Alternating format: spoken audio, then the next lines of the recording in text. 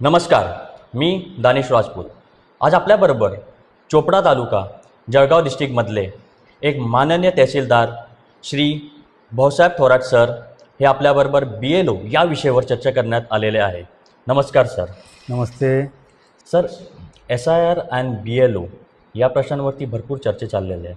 आपण त्याच्या अगोदर जाण्याच्या अगोदर आपले मित्रमंडळ आहे त्या लोकांना थोडं काय सांगावं आपल्या बाबतीत, प्रोफेशनल पर्सनल लाईफच्या बाबतीत. सर सर्वांना नमस्कार. मी भाऊसाहेब थोरात, तहसीलदार चोपडा, जिल्हा जळगाव. आपण सगळे ज्ञात आहात की तहसील कार्यालयामध्ये निवडणूक शाखा ज्याचं मी प्रमुख आहे आणि संपूर्ण निवडणुकांचं संचालन मी तहसीलदार म्हणून करत असतो. प्रत्यक्ष लोकसभा आणि विधानसभा निवडणूक तसेच ज्या काही स्थानिक स्वराज्य संस्था आहेत जसे जिल्हा परिषद, पंचायत समिती, नगरपालिका, ग्रामपंचायती ह्या निवडणुका आमच्या नियंत्रणाखाली पार पडत असतात. परंतु ह्या वर्षी मात्र आपण मतदार नोंदणी किंवा मतदार पडताळणी या अनुषंगाने माननीय भारत निवडणूक आयोगाकडनं SIR म्हणजे विशेष सखोल पुनरीक्षण कार्यक्रम भविष्यामध्ये राबवण्यात येणार आहे आणि त्याची पूर्वतयारी म्हणून आपण संपूर्ण मार्च आणि एप्रिलचे काही दिवस ही आपण प्रत्यक्ष मतदान केंद्रावर जाऊन आमचे जे काही BLO बूथ लेवल ऑफिसर अर्थात मतदान केंद्रस्तरीय अधिकारी यांच्या सहकार्यानं आपण ही जनजागृती आणि माहिती संकलनाचं काम करणार आहोत. सर, हे BLO हे आणि SIR फार चर्चेत झालेलं आहे आणि भरपूर लोकांना याची ज्ञान नाही आहे की हे BLO नक्की आहे काय, SIR चाललं काय देशामध्ये आपल्या. या बाबतीत काय आपल्या लोकांना थोडं तुम्ही मदत करू शकता सांगून? SIR मी आधीच बोलल्याप्रमाणे विशेष सखोल पुनरीक्षण कार्यक्रम आहे. खरं तर दरवर्षीमध्ये मतदार यादीमध्ये नाव समाविष्ट करणे, नाव वगळणे किंवा नावाची तपशिलामध्ये दुरुस्ती करणे ही आपली निरंतर प्रक्रिया आहे आणि ती वर्षभरातनं ज्या काही आमच्या कट ऑफ डेट्स आहेत 4 याच्या वेळोवेळी आपण त्याचे पालन करत असतो. मात्र एकदम संपूर्ण मतदार यादी पूर्णतः नव्याने तयार करणे म्हणजे प्रत्येक मतदार त्याच्यापर्यंत घरापर्यंत जाऊन भेट देणे, त्याची ओळख पटविणे, एकूण जे काही नवीन मतदार आहेत त्यांचं नाव समाविष्ट करणे, मयत किंवा त्यांचं नाव वगळणे किंवा मतदाराचा जो तपशील आहे म्हणजे नावात बदल आहेत, स्पेलिंग मिस्टेक्स आहेत, स्त्री पुरुष असे काही लिंग बदल झालेले आहेत किंवा काही वयाच्या याच्यामध्ये थोडे जास्त अंतर दिसतं आहे, हे सगळे बदल आपण योग्य ते पुरावे आपण दुरुस्त करत असतो.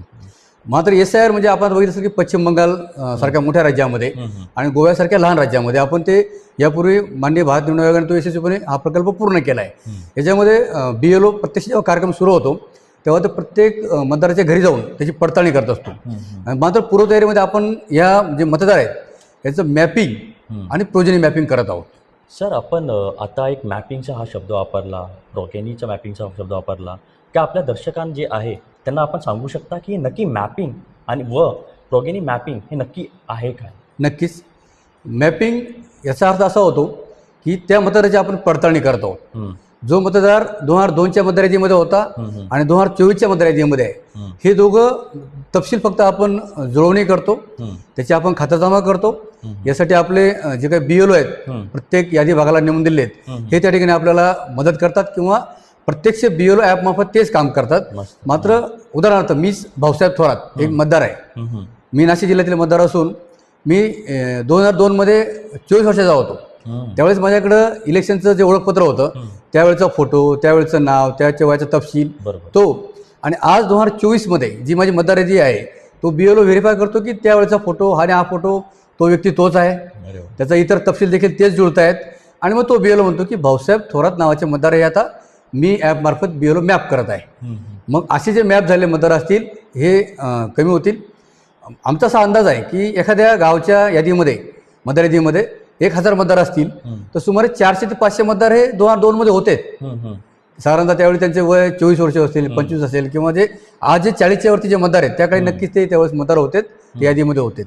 आता राहिला विषय जे नंतर जे नाव नोंदणी झाली 2003मध्ये नाव नोंदणी आहे, 4मध्ये, 2010मध्ये आहे, 16मध्ये, 20मध्ये ज्यांनी वयाची 18 वर्ष पूर्ण केली आणि ते मतदार त्याची नाव नोंदणी झाल्यानंतर अशा मतदारांची मग त्याची जुळवणी कशी करायची, तर मॅपिंग कशी करायचं त्यासाठी प्रोजेनी मॅपिंग नावाचा कन्सेप्ट आहे. भले तो 2002ला यादीमध्ये नसेल मात्र त्याची आई होती, त्याचे वडील होते, इव्हन दोघं नसतील तर त्याचे आजी किंवा आजोबा देखील होते, याची आपण ती पडताळणी करतो आहोत. आता समजा माझाच मुलगा आहे, माझा मुलगा आज त्याचं 20 वर्ष वयाचा आहे, तो यादीमध्ये 2 वर्षापूर्वीचा आला असेल तर त्याला माझ्या नावाचा त्याला रेफरन्स द्यावा लागेल की 2002च्या यादीमध्ये माझे वडील यादीमध्ये होते म्हणून माझं नाव ते पडताळणी करून घ्या. अशा धर्तीवर आपण जे काही यादीतले 1000 किंवा 1200 जे काही मतदार आहेत प्रत्येक गावाचे हे आपण पडताळणी करत आहोत. हे पडताळणी करताना की 2002 मध्ये नाव होतं मात्र तो दरम्यानच्या काळामध्ये मृत्यू झाला आहे, त्याचा मृत्यू झाला आहे असे पण नाव वगळतो. आणि सगळ्यात महत्त्वाची गोष्ट की ज्या मुली आहेत त्यांच्या विवाहानंतर त्या बाहेरगावी गेल्या आहेत तर त्यांची पडताळणी आपण त्याच्या विवाहानंतरच्या गावामध्ये करणार आहोत. मग माझ्या तालुक्यामध्ये जे काही बाहेरून लग्न होऊन ज्या मुली या गावी आल्या आहेत, विवाहित ज्या स्त्री आहेत, यांच्या पडताळणीसाठी आम्ही ते तिकडच्या बिओलची मदत घेणार आहोत यांच्या मतदाराच्या माध्यमातून की तुम्ही नेमकं शिरपूरमधनं आलात, तुम्ही जळगावमधनं आलात, तुम्ही धुळ्याकडनं आलात, सुरतकडनं आलात, तर तुमचे वडील कुठल्या गावाला होते. मग ती विधानसभा क्षेत्राचा अनुक्रमांक, त्या मतदाराची भागाचा अनुक्रमांक आणि तुमच्या वडिलांचा किंवा ते काही त्याचा तो आपला अनुक्रमांक जर आपण मेन्शन करून दिला तर आमचे बिओलो आपल्याला बिओलो ॲपमध्ये त्या ठिकाणी ते मदत करतील. आणि हे मॅपिंग आणि प्रोजनी मॅपिंग हे दोन्ही संज्ञा पूर्ण झाल्यानंतर जो टेबल टॉप व्यवस्था जायची त्यानंतर मग ऍक्च्युअली जेव्हा SR प्रोग्राम येईल तेव्हा ते प्रत्येक मतदाराला घरोघरी भेट देऊन त्याच्याकडनं आम्ही योग्य ते पुरावे गोळा करणार आहोत. जर पुराव्याची जर खात्री नाही झाली तर त्याला आपण सुनावणी संधी देणार आहोत. आणि जे मतदार नोंदणी अधिकारी जिथं उपजिल्हाधिकारी त्याचे अधिकारी ते सुनावणी घेतील आणि त्या सुनावणीमध्ये त्याचं मतदार यादीमध्ये नाव ठेवायचं किंवा कसं याबाबत निर्णायक निर्णय आपण घेणार आहोत. सर ही फारच मोठी आणि मस्त एक प्रक्रिया आहे आपली याच्या बाबतीत BLO जे आपलं बूथ लेवल ऑफिसर बोलतो आपण. पण याच्यावरती माझा अजून एक प्रश्न आहे सर की आपल्या मित्रांना ज्या कशी मदत मिळू शकते. सर फर्स्ट टाईम वोटर्स असतात, जस्ट एक नवीन व्यक्ती आला चोपड्यामध्ये काम करायला आहे जळगावमध्ये आणि त्याला एक फर्स्ट टाईम वोटिंग ID भेटलं या फिर जो 18 वर्षाचा झाला आणि त्याला आता एक वोटिंग कार्ड भेटलं, त्याच्यानंतर त्यांनी त्याला जर मॅपिंग या फिर त्याला पुढची काही करायचं असेल तर त्याला कोणत्या केंद्रामध्ये या फिर कोणाची मदत घेऊन पुढे हे करता येईल. आपल्या सगळ्यांच्या माहितीसाठी सांगतो की आपला जो मतदारसंघ आहे 10 चोपडा विधानसभा मतदारसंघ यामध्ये संपूर्ण चोपडा तालुका आणि यावलचे काही मतदाराची भाग आपल्याकडे समाविष्ट आहेत. जवळपास 3 मंडळ आहेत.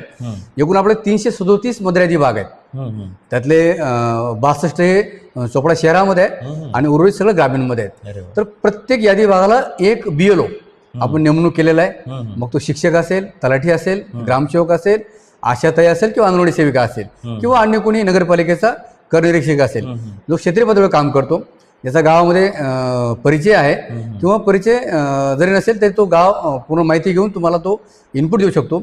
अशा आपण कर्मचारी त्या ठिकाणी नेमलेले आहेत. आपल्याकडे निवडणूक विषयक संपूर्ण जबाबदारी त्यांनी ती पूर्ण पार पाडायची आहे.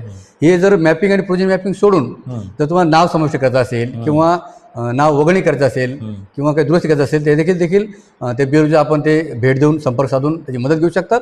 मात्र आपण सांगितल्याप्रमाणे आता जी काही नवीन जनरेशन्स आहेत, नवीन जी पिढी आहेत त्यांनी इतक्या लांब जाण्याची गरजच नाही आहे. आता आजकाल सगळ्या गोष्टी आपल्याला ॲपवर अवेलेबल आहे, पोर्टलला देखील अवेलेबल आहे. तर वोटर्स हेल्पलाईन ॲप असं एक साधा आणि सोपं ॲप आहे. आधी युजर फ्रेंडली आहे. आपण बहुसंख्य ॲप आता तर पुढची पिढी अशी आहे की ते वस्तू खरेदी करणं असो किंवा काही अभिप्राय घ्यायचा असो किंवा याच्या माध्यमातून इतर देखील आपण त्याच्यामध्ये आपण नॉलेज घेत असतो किंवा बाकी गोष्टी करत असतो. तर त्यासाठी वोटर हेल्पलाईन ॲप त्यांनी वापरावं असं या ठिकाणी मी आवाहन करतो. आणि जर वोटर हेल्पलाईन ॲप नसेल जमत तर ते साधं लॅपटॉप किंवा कॉम्प्युटरवरती आपल्याला NVSP नावाचं एक पोर्टल आहे, नॅशनल वोटर सर्व्हिस पोर्टल. या ठिकाणी देखील त्या सगळ्या सुविधा तुम्हाला मोजक्याच सुविधा आहे 5 ते 6 प्रकारच्या या देखील तुम्हाला त्या ठिकाणी उपलब्ध आहेत आणि या सगळ्या सुविधा मोफत आहेत. अरे वा. म्हणजे समजा आपण दानिश आहात आणि तुम्हाला असं वाटतं की माझा 18 वर्षाचा जो फोटो होता तो मला त्या ठिकाणी योग्य वाटत नाही, ब्लर आहे, अस्पष्ट आहे किंवा काही मतांच्या ठिकाणी फोटो अनावधानानं वेगळ्याच माणसाचे आलेले आहेत, अगदी ते मानवी पण नाही आहेत, असं जर फोटो त्यांनी काढला आणि त्याने जो 8 नंबरचा फॉर्म भरून आमच्याकडे दिला आणि तो जर अपलोड केला किंवा BLOकडे दिला तर त्या ठिकाणी त्याला अगदी मोफत घरपोच त्याला ते नवीन जे काही इलेक्शन फोटो आयडेंटिटी कार्ड आहे त्याला आपण EPIC म्हणतो ते त्याला घरपोच मिळणार आहे आणि ते निःशुल्क मिळणार आहे. आपण जर बघितलं की बऱ्याच सेवा आमच्याकडे रेशन कार्ड असू द्या किंवा 7/12 असू द्या किंवा इतर जे काही ग्रामपंचायत असेल किंवा कृषी विभाग असेल, अगदी नगरपालिका असेल, या ठिकाणी प्रत्येक गोष्टीला एक काय म्हणता येईल माफक फी असते. 15 रुपये प्रतिपृष्ठ, 20 रुपये किंवा आपण सेवा केंद्रात गेला तर तुम्हाला एक साधारणतः 50 रुपयापर्यंत रहिवासी दाखले उत्पन्न दाखले मिळतात. हे मात्र संपूर्ण निःशुल्क आहे आणि मला सांगायला आनंद होतो की या सगळ्या वेबसाईट युजर फ्रेंडली आहे. म्हणजे साईट चालत नाही किंवा रिस्पॉन्स येत नाही किंवा मग मी खूप दिवसापूर्वी EPIC कार्डसाठी नोंदणी केली आहे तर ते मला ते EPIC कार्ड मिळत नाही अशा तक्रारी निवडणूक शाखेमध्ये फार कमी येतात आणि त्यासाठी देखील बुक कॉल नावाची आपलं कन्सेप्ट आहे.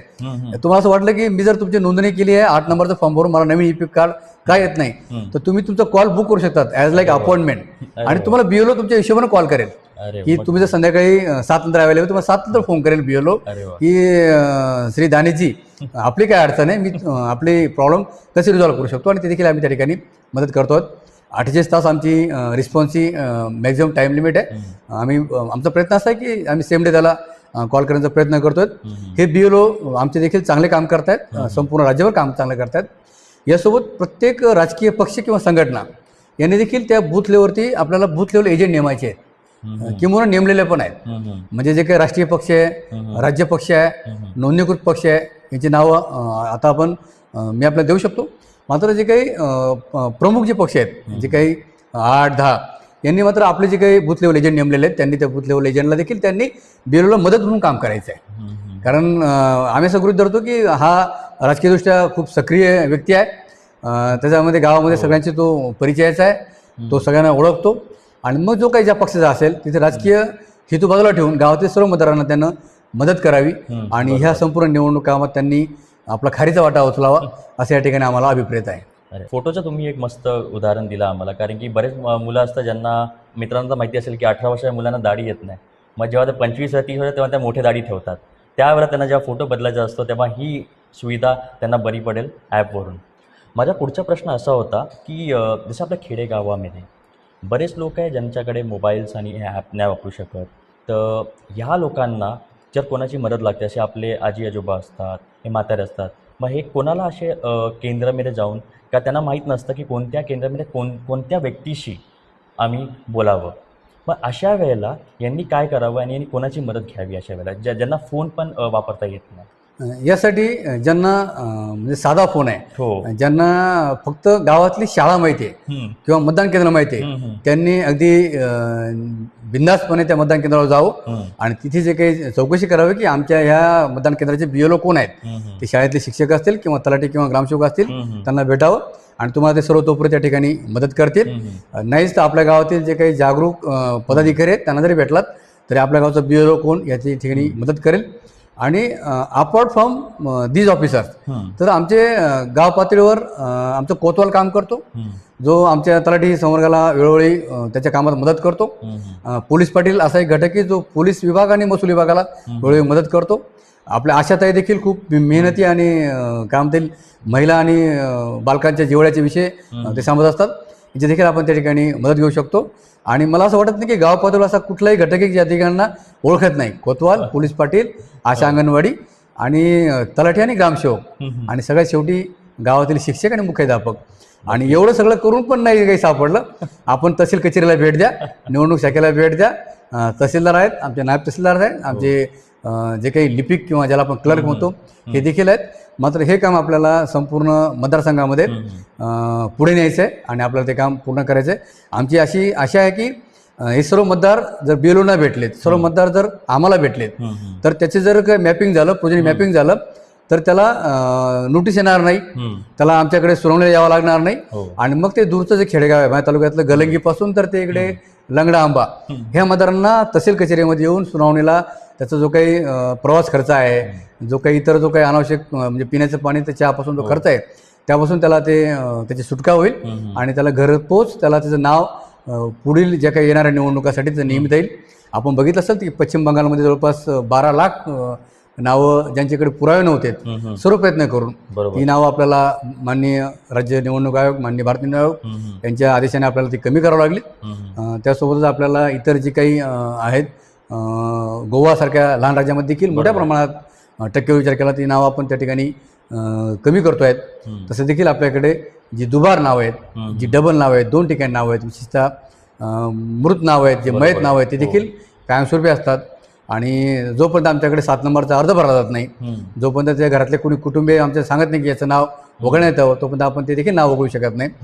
त्यामुळे ती नावं देखील अनावश्यक यादीमध्ये आजही दिसून येतात. त्याच्यामुळे ही ब्लर फोटो दुरुस्त करणे, मयत मतदाराची नावं वगळणे, विवाहित मुलींची नावं तिकडे ट्रान्सफर करणे, ही सगळी संकल्पना राहून आपल्याला अतिशय शुद्ध मतदाराची आपल्याला तयार करायची, जेणेकरून भविष्यात जे काही निवडणुका होतील त्या ठिकाणी आपल्याला कुठली अडचण येणार नाही. हे प्रोसेस सुरू कधी होणार आहे? म्हणजे आता जर कोणाला करायचं असेल सुरुवात याच्यामध्ये, तर हे BLOसाठी आणि मग हे कोणत्या महिन्यापासून आता हे सुरू करू शकतात हे लोक? जो SIR जो आहे त्याला याला अजून वेळ आहे. मात्र पूर्वतयारी आपली आजही सुरू आहे, काल पण होती आणि उद्या पण आहे. आपल्या प्रत्येक खेडेगावामध्ये आज बघितलं आपण आडावतला कॅम्प सुरू आहे. आपलं वरडीसारखं मोठं गाव तिथे पण कॅम्प सुरू आहे. अगदी हातेरसारख्या गावात देखील आपण ते शाळामध्ये कॅम्प घेतोय आणि आम्ही मतदारांना दवंडी किंवा अन्य माध्यमातून जाहीर सूचनेतनं सांगतोय की तुम्ही आज किंवा उद्या किंवा तुम्हाला जेव्हा तुमची शेतीची कामं किंवा अन्य कामं सोडून वेळच मिळेल तेव्हा तुम्ही BLO संपर्क साधा आणि तुम्हाला ते मॅपिंग आणि प्रोजेक्ट मॅपिंग त्या ठिकाणी करून द्यायचं आहे. आज आपण जी काही टक्केवारीच्या भाषेचं बोललो तर आपल्या आतापर्यंत जवळपास 55% मतदार आपले मॅप झाले. अरे वा.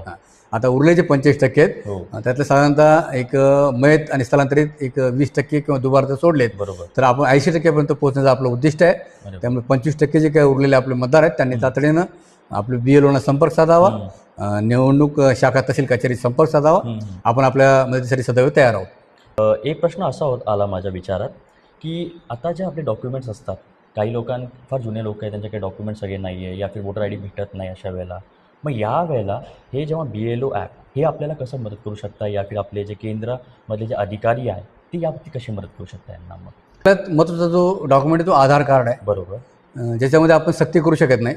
मात्र ते प्रमाण आता अगदी सॅच्युरेशनपर्यंत पोहोचलं आहे. असा एकही बालक नाही किंवा मतदार नाही ज्यांच्याकडे आधार कार्ड नाही. बरोबर, त्याच्यामुळे तो एक तुमचा रहिवासी पुरावा होऊ शकेल.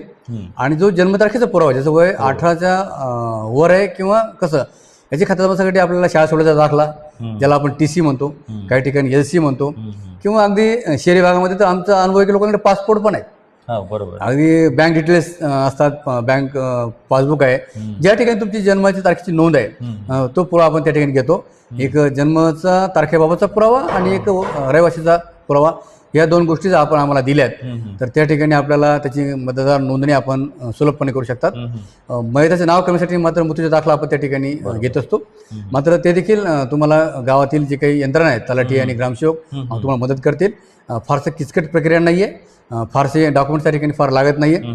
मात्र पुराव्या अभावी कुणी वंचित राहणार नाही यासाठी आपण त्यांना नक्कीच मदत करू.